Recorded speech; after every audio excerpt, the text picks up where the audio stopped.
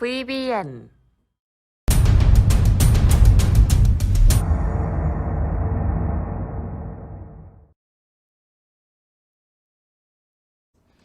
자, 반갑습니다. 우리 주식전쟁 유튜브 구독자 여러분들, 단타장인 전문가입니다.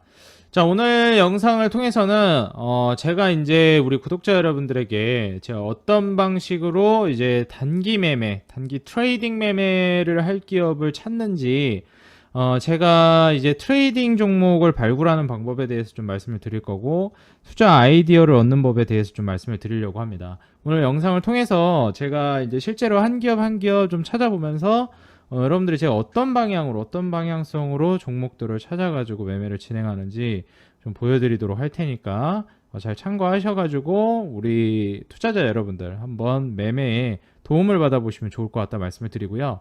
오늘 영상 본격적으로 시청하시기 앞서서 좋아요와 구독 알람 버튼 밑에 댓글까지 달아주시면 감사하겠습니다. 영상을 제작하는 데 있어서 큰 힘이 됩니다. 네, 부탁드리겠습니다. 오늘 제가 이제 쭉 상한가 간 종목들부터 한번 이제 급등 종목들을 보면서 말씀을 드릴 건데, 일반적으로 제가 이제 다음날 만약에 예를 들어서 오늘이 이제 목요일인데 금요일날 내가 이제 이후에 단기 트레이딩을 이제 진행한다라고 하면, 기본적으로 트레이딩을 하는 사람들은 장마감을 했을 때 오늘 이제 상승한 종목들과 하락한 종목들을 이유와 함께 확인해 보는 게 기본입니다. 오늘 어떤 기업들이 급등했고 어떤 기업들이 급락했는지, 그리고 어제는 어떤 기업들이 급등했고 어떤 기업들이 급락했는지, 이러한 데이터들이 매일매일 여러분들이 어느 정도 쌓여 나가야지 단기 트레이딩 할 기업들, 사실 여러분들이 이제 고간이라고 제가 표현을 할게요. 여러분들이 트레이딩 할 종목들을 고간에, 관심 종목에다가 여러분들이 보관을 하게 되는데, 이런 고간에 쌓이는 기업들이 점점 늘어나게 된다라고 말씀을 드리겠습니다. 그래서 오늘은 여러분들이 트레이딩을 할 만한 기업들을 선정하는 방법, 솔직히 이제 이거는 트레이딩을 해볼 만하다라고 지금 생각을 해도 거기서 한 번 더 작업이 들어가야 됩니다. 근데 저는 오늘 우리 구독자 여러분들에게 일단 제 1단계 스텝 1을 알려드릴 거예요. 스텝 1은 그다지 어렵지 않아요. 여러분들도 누구나 할 수 있고 어느 정도 따라갈 수 있을 거예요. 근데 사실 이게 바로 이제 여러분들이 습득이 되긴 어렵고 누구나 할 수 있기는 한데 조금 연습이 필요하긴 하다라는 점 말씀을 드리겠습니다. 그래서 오늘 제가 말씀드리는 거에 대해서 연습도 좀 하시고 하시면은 충분히 이 정도 스텝 1까지는 여러분들도 하실 수 있다 말씀을 드릴게요. 일단 기본적으로 저는 급락한 종목들은 보지 않습니다. 일단 증시 때문에 이제 주가가 막 떨어지면 모르겠는데, 일반적으로 급락한 종목들 같은 경우에는 또 이유가 다 있어요. 물론 증시 때문에 급락을 했겠지만, 급락한 종목들을 가지고는 단기간에 이제 슈팅이 나올 만한 종목들을 찾아내는 게 사실상 쉽지 않다.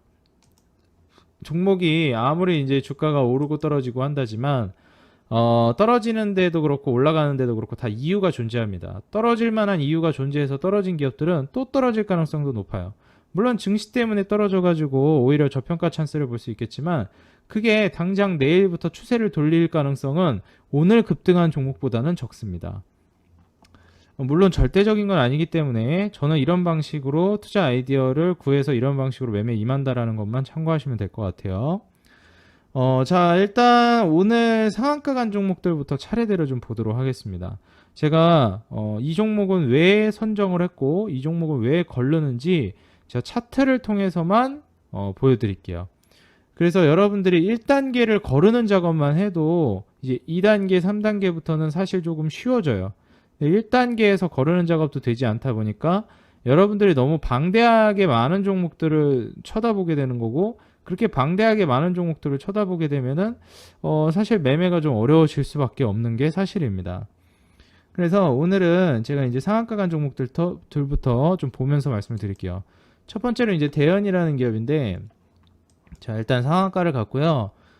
지금 보시는 바와 같이 주가가 딱 상한가를 간 상황에서, 주가 상황에서 과연 메리트가 있나를 좀 찾아보시면 되는데, 일단 대연 같은 경우에는 뭐 월봉 상황 차트를 보시게 되면 고점 대비해서 쭉 미끄러졌습니다. 뭐 2017년 초부터 해서 증시 따라서 2020년 초까지 아주 정직하게 증시 따라서 떨어지는 모습을 보여줬고, 그리고 증시 따라서 정직하게 올라가는 모습을 보여줬어요. 시가총액이 오늘 이렇게 상한가를 갔는데 상한가 간 가격을 기준으로 1669억입니다. 뭐 굉장히 좀 안정감 있는 기업이라고 보기는 어렵겠죠. 이제 주봉상 차트를 보시게 되면은 눌림까지 보여주고 급등까지 모두 나온 상황이기 때문에 사실 대연이라는 기업은 지금 투자 메리트가 그다지 제가 보는 관점에서는 높아 보이지 않습니다. 일반적으로 당일 상한가가 간 기업들은 매매가 조금 까다로운 게 사실이기는 해요. 그래서 대연 같은 경우에 패스를 하겠습니다. 대연은 좀 아쉬운 게 뭐냐면 뭐 예를 들어서 지금 이제 주봉상 고점이었던 이 부분 있죠. 3,600원 라인을 이제 뚫으면서 신고가를 써줬는데 이런 상황에서 충분히 더 갈 수도 있어요. 근데 이게 역사적 신고가였으면 더 좋았을 것 같은데 현재 뭐 그런 모습을 보여준 건 아니라서 급등을 한 상황에서 위에서 좀 추격 매수를 하기에는 뭐 그만큼의 메리트를 찾기는 어려워 보인다. 차트만 봤을 때 기준이에요. 그렇게 말씀을 드리겠습니다. 그 다음에 NK물산을 보도록 하겠는데 NK물산은 지금 일봉상 오늘 장 시작하자마자 갭으로 상한가를 띄워놓고 마무리를 했습니다. 그래서 사실 오늘 일봉상 차트를 할 게 없는 게 그냥 점상을 가버린 사례죠. NK물산은. 그래서 NK물산 같은 경우에는 어제 종가 기준으로 9%가량 이제 상승해서 마감을 했는데 어제 발견했다면 더 좋았을 것 같습니다. 그리고 제가 처음에 말씀을 드리지 않았는데 이런 차트들을 한번 쭉 훑어보는 작업은 저는 당일 8% 이상 종가 기준으로 상승 마감한 기업들만 봅니다. 다시 한번 말씀드릴게요. 제가 이렇게 단기 매매를 제가 예전에도 항상 단기 트레이딩 실력을 늘릴 때 첫 번째로 했던 작업이 그날 급등했던 종목들을 찾아보는데 그날 종가 기준입니다. 급등 윗꼬리 기준으로 이제 급등했다 떨어진 거 말고 장마감할 때 종가 기준으로 전일 종가 대비 8% 이상 상승 마감해서 마무리된 기업들을 본다는 거예요. 쉽게 말해서 이 상한가 하한가 차트에서 상한가 간 종목부터 상승이 플러스 8%가 찍힌 종목까지만 본다는 거예요. 다시 말해서 지금 여기 딱 동양피스턴이 오늘 종가 기준 8.23% 상승해서 마감했고 대부시스터즈는 7.57% 마감해서 상승해서 마감했는데 딱 대부시스터즈 아래로는 보지 않는 겁니다. 딱 동양피스턴 위로 이 위로 종목들만 확인하는 거예요. 이 점을 참고해 주시기 바라겠습니다. 그래서 사실 여러분들이 이제 차트라든지 여러분들 매매하는 기준만 정확하면은 하루에 이제 종목들을 좀 찾아보는데 훑어보는데 그다지 오래 걸리지 않아요. 그럼 여러분들이 이제 막 여기 8% 상승한 종목까지 한번 쓱 훑어보는데 별로 오래 걸리지도 않다 보니까 이제 뭐 솔직히 하다 보면 이제 막 7% 상승 종목까지도 보게 돼요. 그러다 보면 좋은 종목 더 여러분들이 많이 발굴할 수도 있고 오늘 뭐 8% 상승한 종목까지 봤는데 뭐 별거 없네. 한 7%까지도 한번 볼까? 이렇게 됩니다. 솔직히 뭐 한 6% 5%는 이거는 그다지 권장드리지 않아요. 별로 효과가 많이 떨어집니다. 그래서 많이 양보해봤자 7% 상승 마감한 종목 정도까지만 보세요. 평소에는 좀 종목이 많다 싶으면 종가 기준 8% 상승 마감한 종목까지만 보시고요. 오늘 종목이 별로 없는데 널널한데 뭐 몇 개 보니까 끝나는데 하면 7% 상승 마감한 종목까지 보시면 될 것 같습니다. 다시 돌아와가지고 말씀을 드리면 대연은 그렇게 패스를 했고 NK물산은 이제 점상으로 마무리했는데 저는 점 상한가를 간 기업도 별로 권장하지는 않아요. 별로 그다지 선호하지 않습니다. 그래도 혹시 모르니까 한번 살펴보도록 할게요. 일단 일봉은 이렇게 마무리했는데 주봉상 차트를 보시게 되면 NK물산은 주봉은 정말 좋게 마무리를 했습니다. 그래서 사실 이제 NK물산 같은 경우에는 지금 주봉상 캔들이 지금 120선을 돌파해서 딱 마감을 했잖아요. 딱 돌파해주는 차트고 굉장히 강력한 매물대를 돌파해주는 모습이에요. 이 주봉상 차트를 보실 때는 제가 가장 중요하게 보는 게 뭐냐면 이동평균선 120선이랑 일목균형표 구름대예요. 지금 보시면 NK물산 같은 경우 일목균형표 구름대도 돌파를 했고요. 그리고 여기 회색깔 선, 이 가장 굵직하게 지금 형성되어 있는 선이 이동평균선 120선입니다. 이 120선까지 돌파를 했죠. 그리고 또 중요한 게 구름대랑 120선 돌파한 것도 돌파한 거지만 급등을 해서인 요인도 있지만 이제 구름대가 청운에서 저군으로 바뀌었죠. 이 파란색 구름을 청운이라고 하고 빨간색 구름을 저군이라고 합니다. 지금 이렇게 구름대가 빨간색 구름대로 바뀌고 있는 걸 우리가 확인할 수가 있어요. 자, 이게 과연 이제 유지가 되느냐의 문제인데 여기에서 많은 분들이 그러면 NK물산은 지금 주봉상 120선 돌파가 나왔으니까 좋네 라고 볼 수 있겠지만 이거는 주봉을 끝까지 봐야 된다라고 저는 말씀을 드리고 싶어요. 그래서 오늘 상한가를 가가지고 점 상한가를 가서 NK물산이 지금 120선 위로 마감을 했지만 현재 이번 주가 얼마나 남았죠? 오늘이 8월 9일 목요일 기준으로 8월 10일 금요일이 아직 남아있기 때문에 주봉이 마무리되진 않았습니다. 다시 말해서 내일 만약에 금요일날 현재 NK물산이 1325원으로 종가 마감을 했는데 여기에서 주가가 쭉 떨어져가지고 120선 아래로 떨어져서 마감한다라고 하면은 이거는 주봉상 120선 위에서 마감한 게 아니라 아래에서 마감한 게 돼요. 그래서 항상 모든 캔들은 정말 중요한 건데 끝까지 봐야 된다고 말씀드리고 싶어요. 여러분들이 분봉을 볼 거면 그 분봉이 끝날 때까지 기다리셔야 되고요. 일봉을 보실 거면 그날 장마감할 때까지 기다리셔야 되는 거고 주봉을 확인하실 거면 그 주에 금요일 장마감할 때까지는 기다리셔야 됩니다. 월봉도 마찬가지. 그 달의 마지막 날 거래일 장마감 할 때까지 기다리시고 월봉을 딱 이렇게 만들었구나를 확인하시는 거예요. 그래서 NK물산은 지금 현재 자리로 봤을 때는 차트가 매우 좋은데 과연 이게 금요일 날까지 이렇게 형성을 해서 마무리를 해주느냐가 관건입니다. 내일 오늘 점상을 간 NK물산이 쭉 흘러내릴 수도 있는 거거든요. 그래서 일봉상으로는 그다지 메리트가 없다고 저는 보고요. 현재 좀 소소한 상황이다. 좀 추세를 돌리고 있구나 정도로 볼 수 있습니다. 근데 주봉상으로 봤을 때는 매우 메리트가 있다라고 저는 말씀드리고 싶어요. 그래서 현재 주봉상으로는 내일 만약에 올라가거나 금요일 날 좀 조정이 나올 수도 있기는 해요. 근데 끝까지 봤다가 이게 다음 주에 딱 120선 부근까지 눌림을 준다. 뭐 예를 들어서 이번 주에 여기서 마감했다 그러면 120선이 이렇게 쭉 연장이 되겠죠? 120선 지지받고 한번 반등 준다 해서 이번 주 종가를 돌파하는 모습이 나온다라고 하면 이 NK물산 같은 경우는 공략해 볼 만한 매우 매력적인 종목이 되는 겁니다.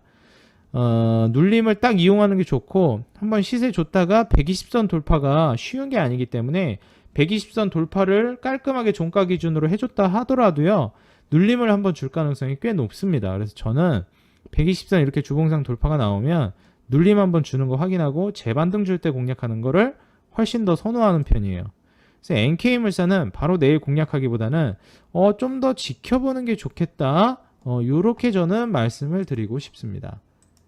자, 그 다음 카스라는 기업이 상한가를 갔는데요. 자, 지금 카스 같은 경우에는 일봉상 차트 뭐 나쁘지 않습니다. 다만 현재 전고점 부근이 8,200원인데 8,200원의 저항을 좀 맞을 수는 있어요. 그런데 전고점 부근인 이 8,200원이라는 이 가격의 고점은 그 이전에 한번 추세가 쭉 나왔을 때 2,500원 부근부터 8,200원까지 무려 200%가 넘는 급등을 보여주고 나서 조정을 보여준 이후 재반등을 준 자리이기 때문에 사실 전고점을 돌파하는 게 굉장히 좀 어려울 수 있습니다. 전고점을 돌파할 만큼의 어마무시한 재료, 이슈나 실적이 존재해야지 가능한 거예요. 제가 봤을 땐 이미 카스 같은 경우에는 저점 대비해서 어마무시한 대시세를 보여준 기업입니다. 이런 정도의 주가 상승이 나온 건 1999년 이래로 처음이에요.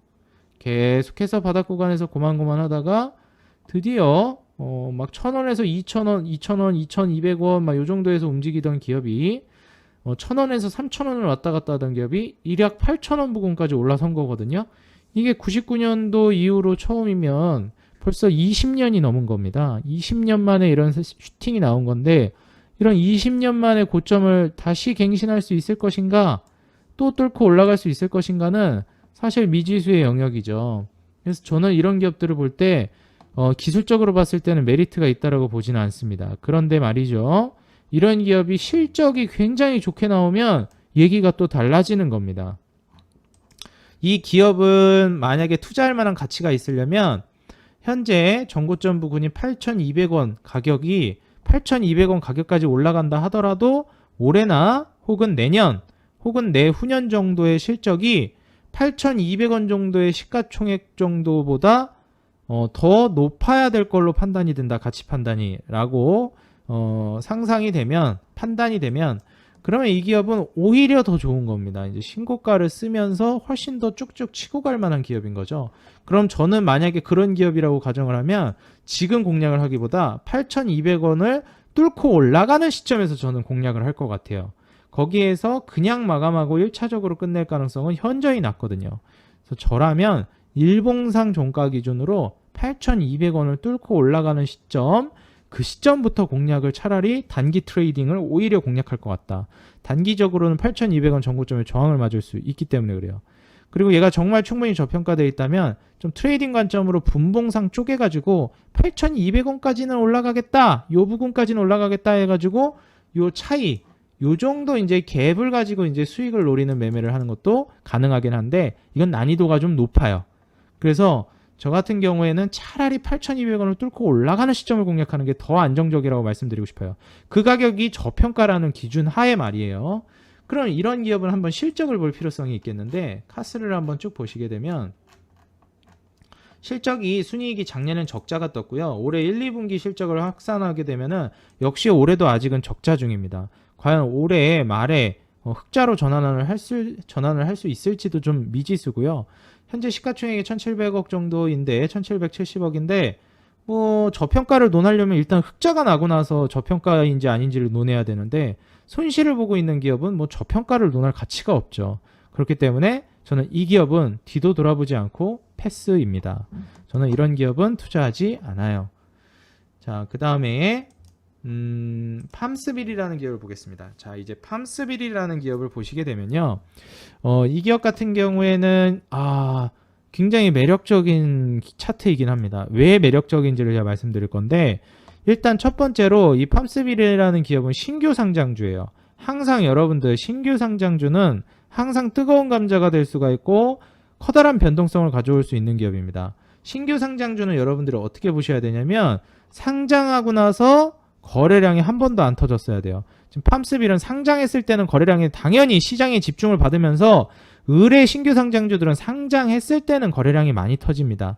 근데 보시다시피 상장하고 나서 좀 시간이 지나면 이런 뜨뜻미지근한 심심한 거래량을 보여줘요. 별로 수급이 들어오질 않는다라는 거죠. 근데 팜스빌 보시면은 이번 주부터 거래량이 어마무시하게 이제 치고 들어오더니 한 2주 전부터 슬금슬금 올라오는 모습을 보여주고 이번 주에 거래량이 빵 터졌다라는 겁니다. 어마무시한 이제 거래량이 발생을 한 거죠.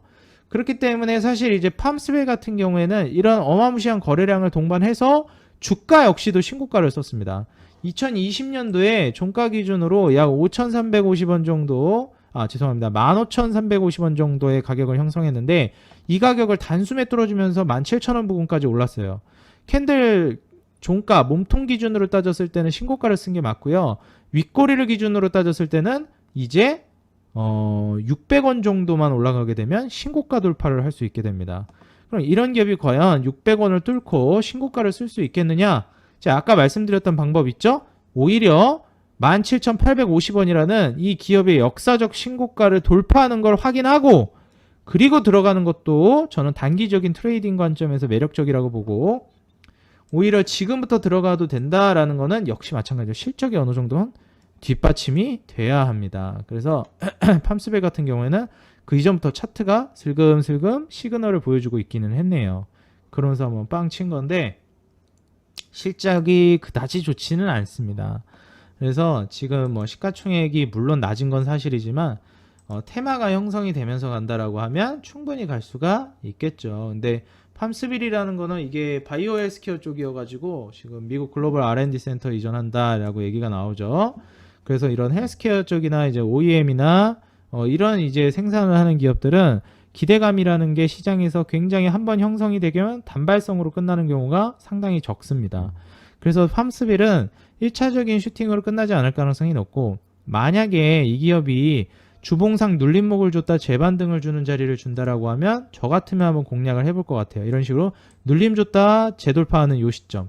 요 시점이라면 저는 한번 공략을 해볼 것 같은데 지금은 첫 급등이고 지금 주봉 하나만 단독으로 넘어 올라와 있기 때문에 차트를 좀 안정화시키는 평탄화 작업이 아직 이루어지지 않아서 사실 조금 불안한 건 사실입니다. 실적이 이런 과감하게 한번 도전해 볼 만한 정도의 실적이 나온 것도 아니고요. 그래서 저라면은 오히려 차라리 이런 기업들은 단기적으로 슈팅을 노려볼 때는 17,850원을 뚫고 올라가는 시점에서 저는 공략을 할 것 같아요. 차라리 그렇게 공략을 하는 게 단기 트레이딩 관점에서 훨씬 더 저는 유리할 거라고 보고 있습니다. 치고 빠지기 훨씬 좋다고 봐요. 그래서 그런 구간을 저라면 노려볼 것 같고, 지금은 역시 팜스빌도 좀 더 지켜보겠다라는 의견을 드리겠다 말씀드립니다. 지금 상한가 간 기업들은 전부 다 이제 지켜보겠다는 의견으로 제가 말씀을 드렸는데, 근데 이도 어쩔 수가 없는 것이요. 일반적으로 상한가 정도 급등을 한 기업들은 다음날 갭으로 뜨는 경우도 대부분이고요. 갭으로 떴다가 주가가 한번 꺾이는 경우도 대부분입니다. 물론 바로 가는 경우도 있지만 그런 경우가 많아요. 그래서 상한가 간 기업들은 다음날 바로 잡기가 굉장히 부담스러운 게 사실입니다. 상한가 간 기업들 다음날 잡아가지고 수익 나면 뭐 주식 얼마나 쉬웠겠습니까? 그래서 이게 상한가 간 기업들은 다음날 그대로 또 수익을 노린다는 게 사실 뭐 확률은 높을진 모르겠지만 변동성이 크기 때문에 뭐 항상 성공한다든지 이거를 가지고 어떻게 하나 투자 철학으로 가져가기에는 좀 무리가 있다. 그래서 상한가 간 기업들은 눌림 이후에 반등을 주는 매매를 노리거나 신고가를 쓰는 거를 노리는 매매로 볼 때 상한가 간 기업들은 눈여겨보시는 게 좋습니다. 그래서 이 정도로 보시면 될 것 같고, SL바이오 같은 경우에 지금 보시다시피 주봉상 120선도 뚫어야 될 저항대가 있고요. 25% 급등하긴 했지만 구름대도 뚫어야 돼요. 이런 기업들은요, 지금 여기 뚫어야 될 매물대가 너무 많아요. 어지간한 강력한 재료가 아닌 이상 이거 뚫기가 쉽지 않습니다. 그래서 저는 오늘 아무리 25%가 나오고 30% 상한가가 나와도요, 저는 이거는 최소한 120선, 지금 120선이 가격이 2,000원 정도인데 저는 이거 1,500원 돼도 저는 안 찍어요. 이거는 한 2,000원 위로 올라갔을 때 최소한 이거 120선이 쭉 미끄러져가지고 이 구름대랑 120선 돌파해가지고 최소한 1,800원에서 1,900원 돌파는 나왔을 때 그때 건드리는 거를 고려해보지, 이런 식으로 이렇게 뚫어야 될 주봉상 매물대가 이렇게 많은 기업은 사실 매수했다가도 그냥 뭐 너무 저항받고 박살날 가능성이 너무 높은 기업이에요. 그래서 이런 기업은 차라리 아까 상한가 간 기업들보다 저는 이 기업을 더 권장하지 않습니다. 더 불호해요. 차라리 아까 상한가 간 기업들이 차라리 낫고요. 이런 식으로 이제 매물대가 많은 기업은 오히려 저는 더 위험하다고 봅니다. 다음 원풍. 원풍은 지금 눌림을 쭉 준 이후에요, 반등을 주고 있어요. 심지어 반등을 줬을 때 거래량도 어느 정도 발생을 시켜줬습니다. 그래서 일봉상 차트는 나쁘지 않아요, 이 정도면은. 그리고 캔들 몸통 기준으로 지금 매물대도 돌파해서 마무리를 했기 때문에 굉장히 상징적인 급등이라고 저는 말씀드리고 싶습니다. 자, 그럼 주봉상 차트로도 지금 매력적인지 보겠습니다.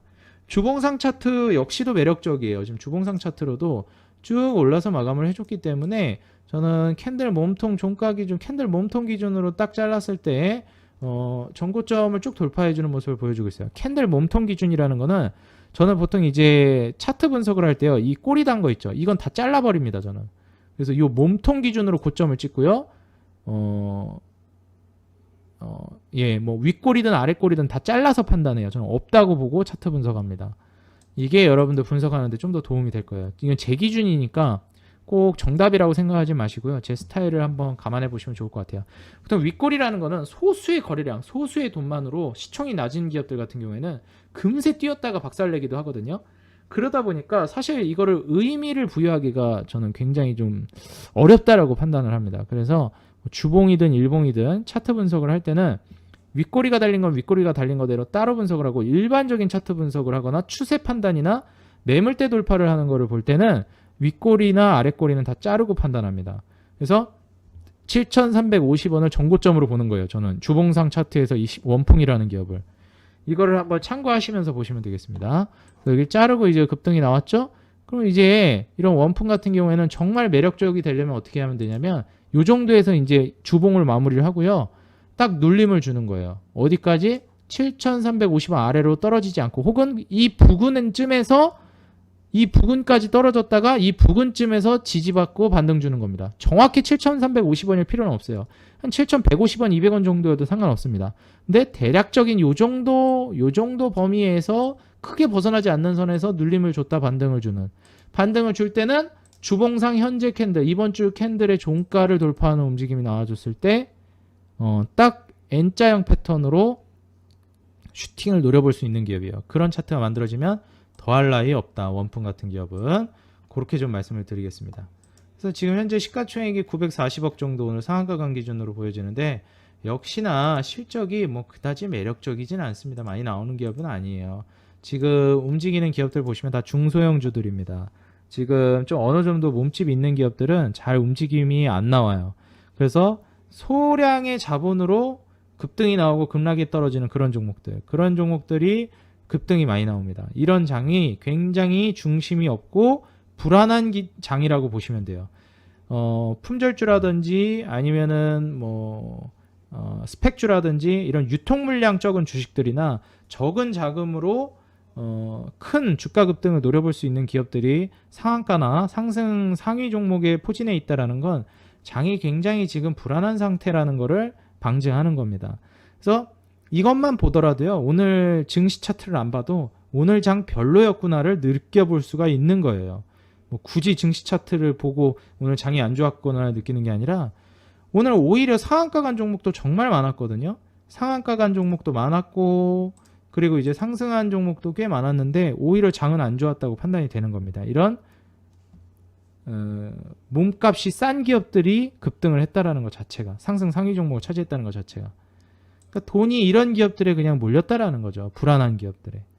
그래서 저는 이런 걸 좀 말씀을 드리겠고, 여러분들 한번 참고해. 제가 지금 드리는 말씀들을 여러분들이 다 생각을 하시면서 여러분들이 투자 인사이트를 삼으시면은 여러분들이 그 단기 트레이딩 할 때도 지금 가치 판단을 하거나 이럴 때 도움이 되실 거예요. 제가 지금 하나하나 얘기하는 것들을 하나도 빠짐없이 여러분들이 적으시고 도움을 받아가시면 좋을 것 같아요.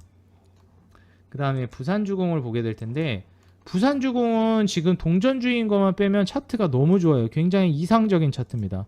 그 이전부터 주가를 쭉 빼오던 기업이 대량 거래량을 발생시키면서 반등을 줬다가 눌림을 주고 다시 대량 거래량을 발생시키면서 반등 주는 그런 자리거든요.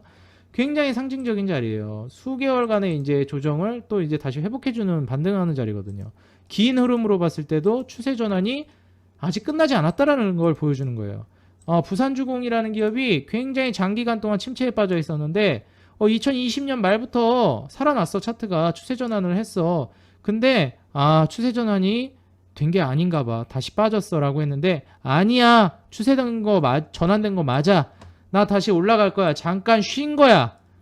오랫동안 침체돼 있다가 갑자기 급등을 해서 좀 피곤해가지고 잠깐 떨어져서 쉰 거지 끝난 건 아니야 라고 말해줄 수 있을 정도의 상승입니다. 지금 보시면 주봉상 120선을 이탈하지 않는 모습을 보여주고 있거든요. 그러면서 다시금 이제 수개월간의 쉬어가는 구간을 지금 돌파해주면서 이렇게 올라온 거죠. 이때 고점을 뚫을 수 있을지 모르겠지만 요 수개월간의 조정, 요 조정 구간을 돌파해주면서 이렇게 올라온 거기 때문에 굉장히 상징적인 상승이라고 볼 수 있겠습니다. 일봉상 보시게 되면 마찬가지죠. 주봉하고 비슷해요. 굉장히 상징적이고 지금 위에 매물대로 저항 맞을 만한 구간도 딱히 없어요. 끽해봐야 한 1,000원 가격대 정도? 월봉상 보시게 되면 월봉상은 저항대가 조금 존재하죠. 지금 보시면 단기적으로는 이 60선 저항대가 있고요. 그리고 초록색 선, 그리고 120선 저항대가 있습니다. 근데 120선 저항대라고 해봤자 1150원이거든요. 1150원까지면요. 단기 트레이딩을 한다라고 해도 1150원까지는 무려 42%가 차이 나기 때문에 뭐 42% 수익이면은 꿀입니다. 개꿀이에요. 그렇기 때문에 뭐 1150원 저항대는 별로 생각할 필요가 없습니다. 근데 120선보다는 약해요. 60선이. 근데 월봉상 60선도 안 볼 수는 없습니다. 이 저항대는 대략 13% 정도의 지금 떨어져 있는 구간이 존재해요. 그래서 60선 저항을 막기 위해서는 한 13% 정도, 15% 정도 상승이 나오면 60선 저항 맞을 수 있겠다. 근데 그 전까지는 지금 위에 매물대가 딱히 없다. 그래서 지금 월봉상 저항대인 60선 정도 가격이 900원 초반 정도 되는데 한 900원 초반 정도 900원 위로 돌파 나오는 걸 노려보는 거는 해볼만 하겠다라고 볼 수 있겠어요. 그래서 부산주공 같은 경우에는 딱 800원 정도에서 매수를 해가지고 900원 위로 단기 트레이딩을 하는 것도 하나의 방법이 될 수 있습니다. 하지만 제가 아까 말씀드렸듯이 기업의 몸값도 정말 중요하거든요. 저는 시가총액 500억 이하로 떨어진 기업은 아무리 좋은 차트가 형성돼도 매매하지 않습니다. 근데 지금 부산주공 오늘 18% 급등을 하긴 했지만 오늘 급등한 걸 기준으로 따진다 하더라도요. 시가총액이 455억이에요. 455억. 500억이 안 되죠? 500억이 안 되는 기업은 저는 매매할 가치가 없다라고 생각을 합니다. 정말 불안하기 때문이에요. 소수의 자금으로도 이 주가를 소수의 의지대로 좌지우지할 수 있는 기업이에요. 다시 말해서 누군가 소수의 소나기에서 놀아날 수 있는 기업이라는 겁니다. 저는 그런 기업은 선호하지 않아요. 근데 예외인 경우가 있습니다. 실적이 어마무시하게 좋을 경우 시가총액보다. 근데 역시나 순이익 5년 연속 적자 기업입니다. 이런 기업 할 수 있다 없다? 안 한다. 저라면 이런 거 안 합니다. 그렇기 때문에 차트는 매력적이지만 하지 않습니다. 그래서 제가 항상 말씀드리는 게 우리 개인 투자자분들이 단기 트레이딩을 하실 때 너무 차트만 가지고 매매를 하시는데 실적 보면서 제가 단기 트레이딩 하시는 분들에게 수급이랑 차트를 보시는데 수급이랑 차트를 보시고 이 몸값 시가총액하고 그 다음에 실적을 아예 안 보시는 분들이 있어요. 근데 이거를 좋은 기업을 이거를 봐가면서 찾으라는 의도가 아니라 최소한 진짜 이건 아니다 싶은 종목은 걸르라는 겁니다. 이런 5년 연속 적자 기업이나 심지어 더블로 시가총액까지도 500억이 안 되는 이런 기업. 이런 기업들은 최소한 걸르라는 거예요.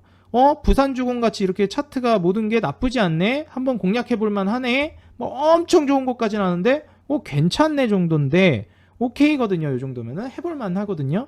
근데 지금 현재 상황에서 몸값도 안 되고 순이익도 5년 연속 적자다 보니까 최소 기준을 통과를 못하는 거예요. 그러니까 시가총액이나 실적을 통해서 혹은 재료를 통해서 기본적으로 우리 투자자 여러분들이 막 대단한 걸 뽑으라는 게 아니라 트레이딩을 하실 거면은 이건 아니다 싶은 종목 정도는 걸르라는 거예요. 실적이나 시가총액을 보고 500억 이하는 걸르셔야 됩니다. 그래서 지금 이 종목만 해도 또 시가총액이 500억 이하죠? 오늘 최다 소형주들, 중소형주들만 급등이 나왔어요. 증시가 별로 좋지 않았다라는 겁니다. 자, 대성에너지도 보겠습니다. 마찬가지 상승했다 조정이 나오고 다시금 돌파를 했는데 정고점을 돌파하는 상승이 나왔죠. 굉장히 의미 있는 상승입니다. 신고가를 썼다라는 거. 그래서 오히려 이런 기업들은 굉장히 투자 메리트가 높은 기업들이에요. 한번 추가적인 급등을 보여줄 가능성도 높은 기업이라는 거죠. 시가총액 1900억 정도이고 월봉상 차트를 보시더라도 지금 장기간에 형성되어 있던 이런 장기 침체 구간 한번 이때 돌파를 노렸었는데 돌파를 못했었죠. 그래서 이때 형성되어 있던 가격 요때 형성되어 있던 요 가격을 이제 돌파를 했거든요. 그래서 저는 이건 월봉상 마무리가 되는 거를 좀 봐야 될 것 같아요. 대성에너지는. 근데 그렇게 기다리면 너무 오래 걸리니까 뭐 10월 달까지 기다려야 되니까 대성에너지는 지금 현재 거래량도 월봉상 제대로 실렸다고 볼 수가 없거든요.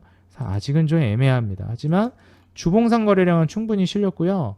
월봉상으로 뭐 어느 정도만 거래량이 쭉 이어지면 계속 실릴 걸로 예상이 됩니다. 평소에 대성에너지가 워낙에 거래량이 잘 안 실리기도 하는 기업이라 조금 불안한 건 있어요. 평소에 거래가 이렇게 진행된다라는 거 이건 분명히 문제가 있는 겁니다. 이거 그럼 이제 실적을 봐야 되는데 실적이 나쁘지 않아요. 대성에너지 뭐 5년 동안 손해본 적도 없고요. 순이익이 뭐 140억에서 148억, 129억, 130억, 141억 뭐 130억에서 140억을 이렇게 왔다 갔다 합니다. 이러면 따지면 가치 판단했을 때 뭐 PER 10배에서 15배 왔다 갔다 하는 거거든요. 이 정도면 뭐 나름 저평가입니다. 근데 지금 현재 보시는 바와 같이 1, 2분기 실적을 합산했을 때 2분기는 적자가 떠서 1분기가 146억으로 꽤 많이 떴네요. 그래서 한 133억 정도가 지금 2분기 합산으로 잡혀 있습니다. 133억이면 순이익이 나쁘지 않거든요. 3, 4분기가 뭐 또 적자가 나올지는 또 봐야 되겠지만, 그래서 이런 대성에너지 같은 경우에는 저라면은 이런 기업은 사실상 이제 매매를 고려는 해볼 것 같다. 충분히 해볼 만하다. 이건 주봉까지 볼 필요 없이 물론 주봉으로도 좋지만 월봉으로도 지금 신고가를 쓴 자리라서 굳이 올 말까지 기다릴 필요 없이, 만약에 얘가 뭐 대략적으로 눌림을 줬다가 오늘 종가인 8,110원을 재돌파하면 저는 충분히 해볼 만하다고 생각합니다. 그래서 눌림은 대략적으로 한 7,350원 정도까지 눌림을 줄 수는 있어요. 근데 8,110원 이로 한번 또 돌파를 해볼 만한 가치가 있다라고 보고 있습니다. 그래서 저라면 대성에너지를 바로 매매하기보다 눌림을 기다릴 것 같고요. 내일 이제 어떤 움직임을 가져가느냐가 중요한데, 내일 초반부터 대성에너지가 막 강력한 시세를 보여주면서 주가가 갑자기 쭉쭉쭉 치고 올라가려고 하는 움직임을 보여준다라고 하면 저는 발빠르게 들어갈 것 같아요. 하면서 8,730원을 뚫어버린다 라고 하면 저는 분봉상 8,730원을 만약에 이제 단기간에 뭐 내일이나 아니면 다음 주 월요일에 뚫어준다라고 하면은 저는 그때 한번 공략을 해볼 것 같아요. 이때 장중에 달성했던 고점을 뚫어주면, 그러면 단기 트레이딩으로 저는 딱 치고 빠지기 괜찮을 것 같거든요. 그리고 제가 이제 한번 들어가 볼 만하다, 수익 내보고 나올 만하다라고 하는 거는 최소 3% 수익을 기준으로 합니다. 다시 말해서 최소 단기 트레이딩을 하시려면요, 물론 상황에 따라서 2% 수익을 내야 될 때도 있고 1% 수익을 내야 될 때도 있지만, 저는 최소 마지노선으로 일반적으로 3에서 5% 수익 구간을 노릴 수 없는 기업은, 좀 노리기 애매한 기업들은 안 하는 게 맞다라고 말씀을 드려요. 최소 3에서 5% 정도는 수익을 챙길 수 있을 만한 구간이 확보가 됐다라고 판단이 됐을 때 들어가는 게 좋고, 무슨 1%, 2% 수익 날 것 같다라는 구간에서 들어가는 거는 저는 안 하니만 못하다고 생각을 합니다. 손실 났을 때 데미지도 고려를 하셔야 되고, 이게 수익을 냈을 때 한번 쫙 치고 올라가 버리면 굳이 3% 수익 내고 말 필요는 없어요. 뭐 10%, 15%까지 계속 추세가 이어지면 수익을 가져가셔도 되는 겁니다. 근데 최소한 3에서 5% 정도 구간은 확보가 되어 있어야 그런 기업들을 매매를 하셔야 단기 트레이딩도 잘 먹히는 거고, 이거는 제가 중장기 매매를 할 때도 마찬가지로 말씀을 드린 적이 있어요. 여러분들이 최소한 아무리 못해도 30에서 50% 정도 수익을 노릴 수 있을 만한, 그 정도 수익을 노릴 만한 바운더리가 있는 기업을 가지고 매매를 해야 좀 증시가 안 좋거나 좀 상황이, 여건이 안 좋을 때 한 10%, 20% 수익 내고 나오는 거다. 그리고 좋으면 100% 이상 수익이 나는 거고. 그래서 최소 30에서 50% 정도는 수익을 낼 만한 기업을 들어가는 게 정석이다. 30%도 사실 굉장히 할 종목이 없을 때 들어가는 거다라고 제가 말씀을 드려요. 중장기 투자를 할 때 얼마나 할 종목이 없으면은 30% 수익 노리는 종목을 들어가냐. 최소 5, 60% 이상 수익 날 만한 기업을 들어가는 게 기본이다라고 제가 말씀을 드립니다. 단기 트레이딩은 최소 3에서 5% 수익 구간은 확보를 할 수 있을 만한 구간에서 들어가는 거예요. 그래서 저는 들어가 볼 만하다, 단기 트레이딩 해볼 만하다라는 거는 이제 뭐 돌파하는 시점 막 그런 데를 말씀드리잖아요. 예를 들어 8,730원을 돌파하는 시점, 그 시점을 기준으로 해서 최소한 3에서 5% 정도는 공략해서 수익 내볼 만하다라고 판단이 되는 구간을 말씀을 드리는 거예요. 그거를 참고하시면 되겠습니다. 물론 여건이 안 좋으면 더 적게 수익을 내고 막 2% 수익 내고 나올 수도 있는 거고, 좋으면은 3에서 5%가 아니라 10%, 15% 상승해서 익절하고 나오는 것도 맞습니다. 그러니까 이거는 뭐 여러분들이 트레이딩을 하시면서 차트 흐름을 잘 읽으셔야 되겠죠. 이것도 뭐 노하우가 있겠지만 일단은 기본적으로 그런 식으로 깔고 가셔야 된다. 베이스를 그렇게 깔고 가셔야 된다라고 조언을 드릴게요. 항상 말씀드리지만 이건 정답은 아니고요. 단타장인 전문가의 팁이니까 이 점을 참고해 주시면 감사하겠습니다. 항상 매매를 할 때 제가 정답이 아니고 제가 하는 매매 방식을 여러분들께 알려드리는 거고, 이게 정답은 절대 아니에요. 그냥 저 사람은 저런 식으로 매매를 하는 거고, 저런 식으로 많이 이제 성공을 했던 사람이니까 여러분들이 좀 참고해 볼 만한, 참고해 보셨으면 좋겠고, 한번 공유해 볼 만한 가치가 있다라고 생각해서 말씀을 드리는 거니까 이 점 꼭 참고해 주셨으면 좋겠습니다. 그래서 대성에너지는 방금 말씀드린 거 한번 고려해 보시고요. 상한가까지 또 이제 애경유화를 보시게 되면, 애경유화 역시 저는 상징적이라고 봅니다. 어떤 부분이 상징적이냐면 거의 정고점 윗꼬리단 부분까지 뚫을 뻔했어요. 15,750원 돌파할 뻔했습니다. 오늘 윗골이 달았을 때 최고가가 15,650원이었어요. 애경유화가. 15,750원이면 100원, 150원만 더 올라갔으면 신고가 쓰는 거였거든요. 매우 안타깝게 정고점 부근에서 저항을 맞고 떨어졌습니다.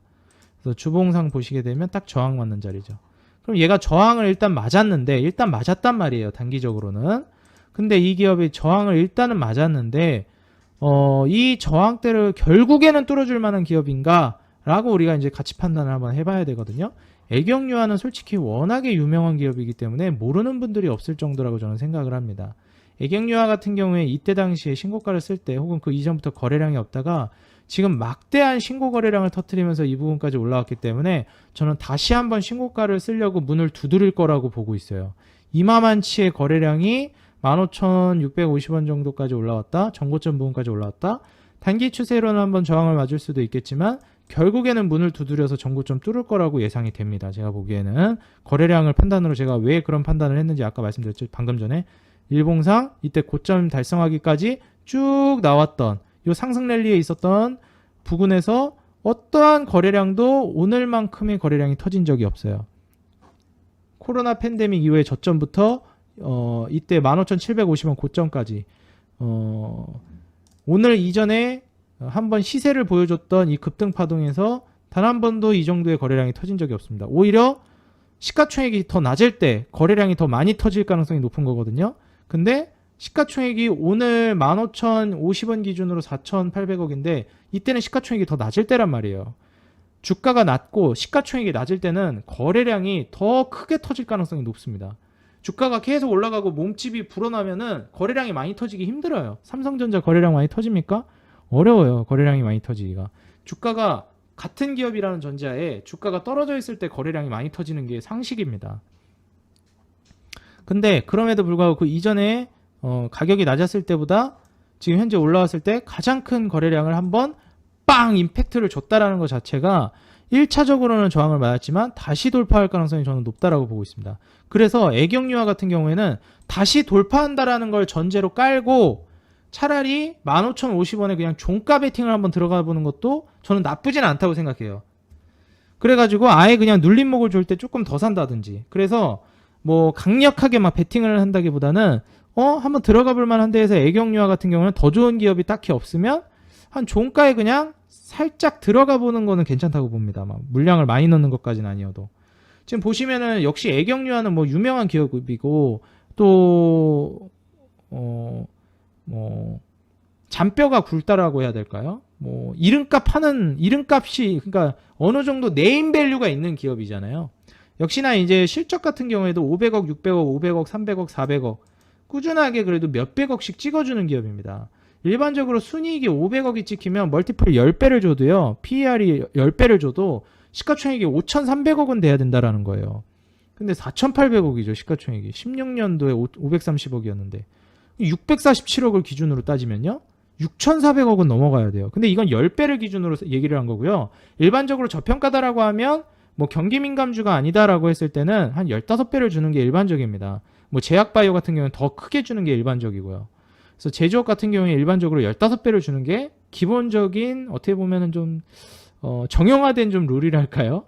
주식시장에서 약속 같은 좀 그런 겁니다. 일반적으로 제조업 같은 경우에는 15배 이하면 좀 저평가다. 경기민감주 같은 경우에는 한 18배 정도 이하면 저평가다. 이것도 솔직히 딱 기준이 정해져 있는 건 아닌데 저마다의 가치 판단 기준이 다르기 때문에 나는 한 8배 아래로는 돼야 저평가다라고 하는데 저는 일반 제조업 기업 중심으로는 15배 아래만 돼도 저평가라고 저는 보기는 해요. 근데 경기민감주 같은 경우에는 한 최소 10배 아래로는 떨어져야 PER이 저평가라고 저는 봅니다. 그래서 애경유화 같은 경우에는 물론 500억, 600억 할 때보다는 순이익이 떨어지긴 했어요. 18년도, 아니 19년도, 20년도 하면서 19년도에 가장 낮았고 20년도에 좀 회복을 해줘서 443억 정도를 냈습니다. 그래도 15배를 준다라고 가정했을 때는 6천억을 훌쩍 넘어가는 게 일반적이에요. 그리고 분기를 보시게 돼도 올해 1분기, 2분기 합산을 하시게 되면은 지금 2분기가 거의 300억이 떴고 1분기가 270억이 떴어요. 그럼 1분기, 2분기만 합산해도 얼마죠? 거의 570억이에요. 3분기, 4분기는 적자만 안 떠도요 570억입니다. 멀티플 10배만 줘도요 5,700억은 나와야 돼요. 3, 4분기가 조금씩이라도 근데 그렇게 안 나올 리가 없겠죠. 최소한 합쳐서 100억 이상은 나오겠죠. 그러면 역대급 순이익이 나오는 겁니다. 2017년 이래로. 2016년 이후로 가장 큰 순이익이 올해 터지는 거예요. 근데 주가는 지금 한번 대세 상승을 보여주고 나서 추세를 한번 코로나 팬데믹 때 저점 찍고 장기 상승 추세를 찍고 눌림 주고 재반등 주는 자리죠. 이거 전고점 뚫을 수 있을까요? 없을까요? 제가 아까 뭐라고 말씀드렸죠? 전고점을 뚫었음에도 불구하고 저평가 상태다라고 판단이 되면 투자할 만한 가치가 있는 거예요.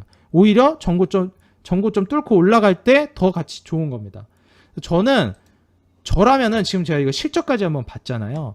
저라면은 이거 기업 어떻게 투자하냐면요. 오늘 같은 날 이거 종가에 찍었어요. 만약에 단기 트레이딩을 계속 매일 하는 사람이었다면. 그리고 안 가잖아요. 주가가 안 가고 떨어지잖아요. 그냥 장기로 냅둡니다. 어차피 갈 종목이에요. 이런 기업은. 애경유아 같은 기업은 이런 거는 어차피 실적이 깔려있는 게 있기 때문에 갈 수밖에 없는 기업입니다. 그래서 저였다면 오늘 종가 15,050원에 일단 샀어요. 1차 매수했습니다. 그리고 15,750원을 뚫는 순간에 2차 매수 들어갈 거예요. 혹은 만약에 바로 안 뚫어줬다. 만약에 눌림을 줬다라고 하면 눌렀다가 오늘 종가 15,050원 재돌파할 때 추매할 거예요. 저라면은. 이런 방식으로 저라면은 매매 방식을 가져갈 겁니다. 그럼 애경유아는 이것만 가지고도 벌써 저는 이걸로 돈 버는 거예요. 예, 딱 봐도 이건 지금 돈 벌었어요. 애경유아는. 일단 찍으면 얘는 돈 버는 종목입니다. 오늘 벌써 지금까지 종목 중에서 애경유아가 제일 좋아요. 그래서 단기 트레이딩은 이런 어느 정도 배수의 진을 칠 줄 알아야 돼요. 단기 트레이딩에 실패해도 갈만한, 결국 갈만한 기업. 단기 트레이딩 측면에서도 굉장히 매력적인데 굳이 단기 트레이딩 실패해도 갈만하다. 이 종목은. 라는 기업들을 보시는 게 굉장히 중요합니다. 트레이딩이 실패했을 때 항상 플랜 B를 세워둔다라는 거. 이게 좀 중요하다고 말씀드릴게요. 애경유아 저라면 이거 찍었습니다. 오늘. 만약에 트레이딩 관점에서 봤다면. 벌써 한 종목 건졌죠? 이런 식으로 하다 보면 몇 종목 건집니다. DSR 같은 경우에 이제부터는 좀 빠르게 진행을 할게요. 태양금속 월봉상 2,500원 뚫어주는 게 좋은데 시가총액 얘도 낮죠? 적자 4년 연속 적자 보고 있는 기업이고 이런 거는 매물대에서 저항 한번 맞고 세게 떨어질 가능성이 높습니다. 조심해야 돼요. 이런 거는. 대원미디어 시가총액 5천억 뭐 나쁘지 않습니다. 순이익 뭐 만족스러울 정도 저평가라고 볼 정도의 순이익은 아닌데 그렇다고 뭐 이 기업이 가진 가능성을 해칠 정도의 실적은 아니에요. 뭐 적자는 안 보고 있으니까요. 일단 그래서 적자는 안 보고 있기 때문에 뭐 그 정도는 한번 이제 우리가 눈여겨볼 만하다. 그렇게 판단하시면 되겠고요. 그리고 그 다음으로 금호 HT는 120선 뚫고 올라갔다가 조정 나와가지고 120선 지지받고 다시 올라오고 있는데 금호 HT는 저는 이게 보시면 거래량이 없어요. 꽤 많이 상승했음에도 불구하고 왜 그런 거 하고 분봉을 봤더니 보세요. 종가에 동시호가에 갑자기 들어 올렸죠. 이런 건 신뢰할 수가 있다 없다? 물론 신뢰를 못한다기보다는 좀 불안한 상승인 거예요. 안정감 있는 상승이 아니라. 장중에 이렇게 어떻게 움직이다가 이렇게 해서 상승해서 마감했으면 모르겠는데 갑자기 이거는 제가 아까 말씀드렸던 거 조심해야 되는 거 뭐라고요? 소수의 자금으로 끌어올린 주가는 조심하셔야 됩니다. 금호 HT 보시면 어때요? 소수의 자금으로 동시호가에 갑자기 들어올린 거예요. 이거는 신뢰하기가 어려운 상승이에요. 이 13.62% 상승이라는 게 신뢰할 만한 주가 상승이라고 보기가 어렵다라는 겁니다. 그래서 저라면은 이런 거는 패스합니다. 뉴프렉스 시총 800억대 적자폭을 좀 줄이는 수준까지는 올 것 같네요. 영업이익 흑자 전환이 기대가 돼요. 내년엔 172억, 내후년에는 236억까지 영업이익이 성장이 예상이 되고 내후년에 순이익 대략 200억 가까이 나올 걸로 예상이 됩니다. 근데 시가총액은 1000억도 안 되죠. 멀티플 10배만 줘도 2000억은 나온다는 얘기예요. 그럼 성장성이 어느 정도 기대가 되는 기업이라는 거죠. 그럼 뉴프렉스 같은 경우에 지금 주봉상으로도 대세 상승 이후에 눌림 주고 재반등 주는 자리이기 때문에 한번 공략해볼 만합니다. 뉴프렉스는. 다만 월봉상으로 봤을 때 캔들 몸통 기준으로 전고점 부근이 3,900원 정도 되기 때문에 3,900원에서 한번 강력한 저항을 두드려 맞을 수 있어요. 역대급으로 계속 저항 맞았던 자리이기 때문에. 그래서 뉴프렉스 같은 경우에는 딱 단기 트레이딩 관점으로 접근을 해가지고 저라면 한 3,900원 정도에서 딱 먹고 빠질 것 같아요. 안 그러면 진짜 뭐 내년 내후년까지 봐야 되는데 그렇게 보기엔 좀 어려울 것 같고요. 저라면은 3,750원 있죠? 여기를 돌파하는 시점에 저라면은 단타 들어갈 것 같습니다. 3,750원 뚫는다 그러면은 그때 저라면 트레이딩 들어갈 것 같아요. 지금은 저라면 안 들어갈 것 같습니다. 여기 계속 장기 매물대 쌓여있는 자리라서 3,750원 뚫으면 차라리 그때 공략을 해가지고, 아니면 지금 공략할 거면 3,900원 정도에서 먹고 나오고, 더 권장하고 싶은 건 3,750원을 뚫고 한 3,900원, 4,000원 막 이 원저리에서 막 뚫을랑 말랑 하고 있으면 이때 저라면 공략해가지고 4,200~300원까지 노릴 것 같아요. 그게 차라리 저는 더 안정적일 것 같습니다. 단기 트레이딩 관점에서. 주가가 더 높은 구간인데 그게 더 안정적이에요? 이게 주가가 싸다고 안정적인 게 아니에요. 타이밍이 어긋나면은 줄줄줄 흐르는 거예요. 그래서 타이밍을 잘 잡고 그 딱 뚫어주는 시점을 판단하는 게 중요한 거지, 주가를 더 낮은 가격에 산다고 해서 여러분들 안정적인 게 아니다. 이거는 장기 투자가 아니기 때문에, 장기 투자는 더 싼 가격에 사는 게 더 좋죠. 안전하고. 근데 트레이딩은 타이밍을 잘 맞추는 게 중요하기 때문에 어떤 타이밍을 공략하느냐가 중요하지, 더 싼 가격에 사느냐 더 비싼 가격에 사느냐보다 그 타이밍이 더 중요하기 때문에 그렇습니다. 그러면 3,900원에 나중에 살 거면, 뚫을 때 살 거면 그냥 3,600원에 사는 게 낫지 않냐 그러는데, 3,900원까지 못 가고 그냥 무너질 수도 있는 거거든요. 그래서 오히려 그런 타이밍을 잘 잡는 거, 이런 돌파하는 시점을 잘 보는 게 더 안정적인 겁니다. 손절 라인도 타이트하게 잡아갈 수가 있는 거고요. 그래서 이런 거 좀 의아하시는 분들이 있을까 봐 설명을 드렸어요. 그 다음에 레버리지는 뺄게요. GL팜텍. GL팜텍 같은 경우에는 나쁘진 않은데 뭐 그렇게 매력적이지도 않습니다. 일단 시가총액이 700억이고 5년 연속 적자에다가 당연히 품절주일 것 같아요. 품절주는 아니네요. 대주주 지분이 이게 다 합산했을 때 뭐 40~50% 된다. 이 대주주 지분을 제외했을 때 시가총액이 막 400억, 300억 이런다. 그럼 또 저는 안 합니다. 유통 물량이 적다라는 거거든요. 그래서 GL팜텍은 아직은 좀 지켜봐야 될 때가 아닌가, 그렇게 보고요.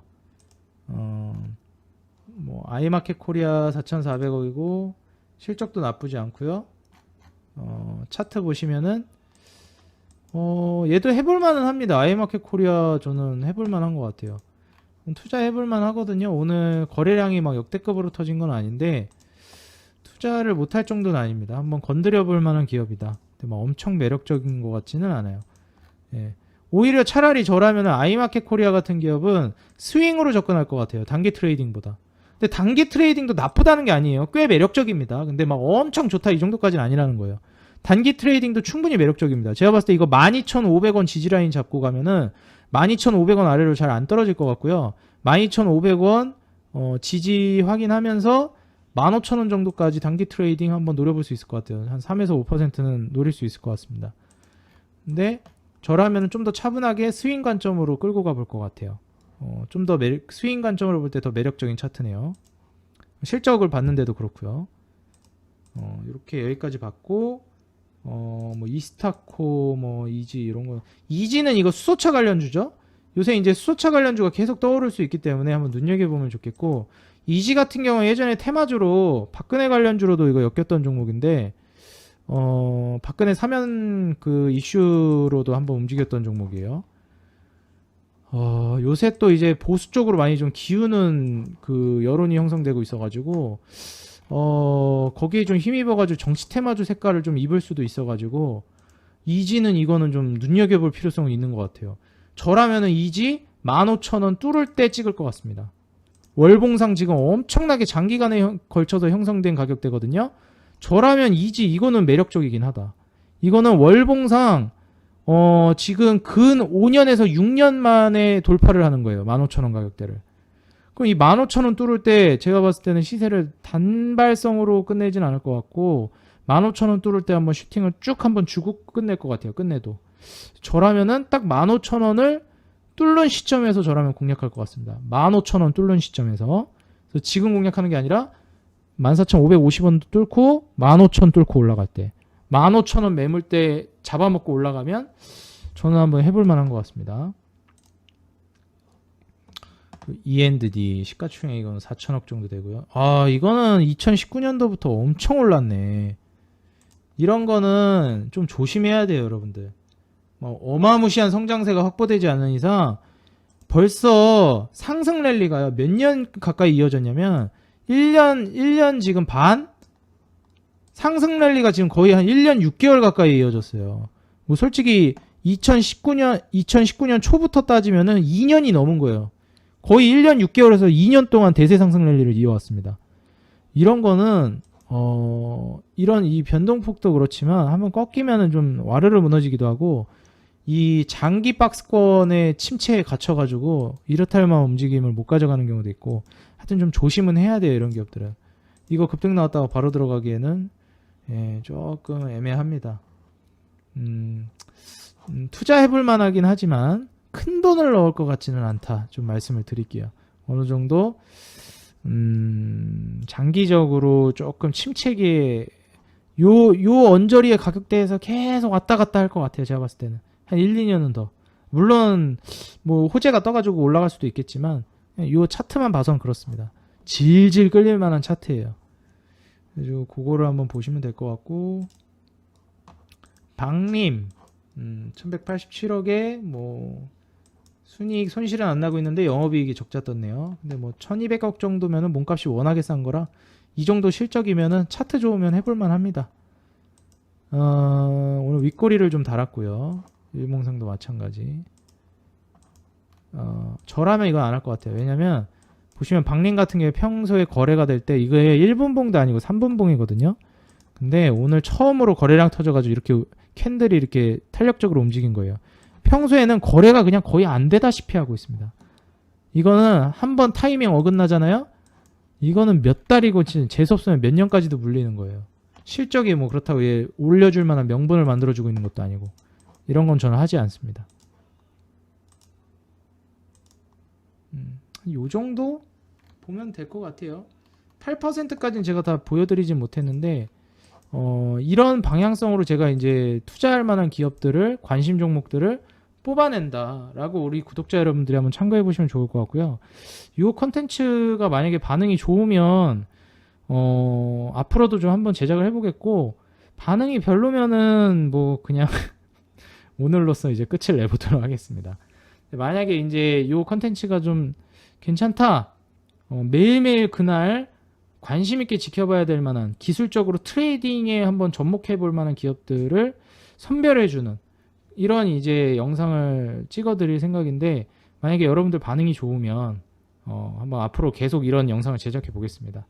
조회수 한번 따져 봐야 되겠네요. 네, 오늘 영상 도움이 됐다 하시는 분들 좋아요, 구독, 알람 버튼 밑에 댓글까지 달아주시고요.